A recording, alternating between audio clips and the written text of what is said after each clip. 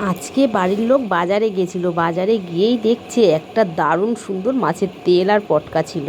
তা যাই হোক, মাছের তেল পটকাটা তো দেখলেই তো বাড়ির লোক আগে কিনে নেয়, কারণ মাছের তেল পটকা ভাজা করলে খেতেও খুব ভালোবাসে।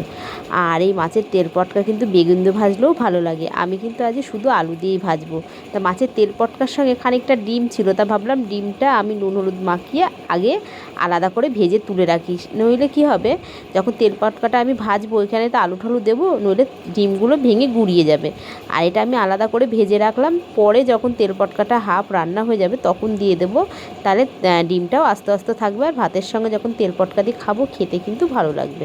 যাই হোক, এখানে তো আমি ডিমটা ভেজে নিয়েছি, আর সামান্য কিন্তু এক ফোঁটা আমার কড়াইয়ে তেল ছিল, সেই তেলটার মধ্যেই কিন্তু বাকি যে তেলটা ছিল আমি তেলটা দিয়ে দিয়েছি। এইবার দেখুন, যখনই তেলটা আমার ভাজা হচ্ছে কিন্তু গপ গপ করে তেল বেরিয়ে যাচ্ছে। এদিকে কেটে রাখা আলু ছিল, মানে কেটে রেখেছিলাম আলুগুলো, সেগুলো দিয়ে দিচ্ছি। আর এখানে কিন্তু আমি এক বাটি মতন পেঁয়াজ কুচিয়ে নিয়েছিলাম, আর কাঁচা লঙ্কা আর 2-4 কোয়া রসুন, সেইটা দিয়েও কিন্তু ভালো করে ভেজে নিচ্ছি। যত ভাজা হবে তত কিন্তু তেল ছাড়বে। এই দেখুন, আমার কিন্তু ভাজা প্রায় হয়ে গেছে। আর এদিকে যে ডিমগুলো আগে ভেজে রেখেছিলাম সেগুলোও কিন্তু দিয়ে দিচ্ছি। আর এই দেখুন, গরম গরম ভাতে কিন্তু এই তেল পটকাটা খেতে খুব ভাল লাগে।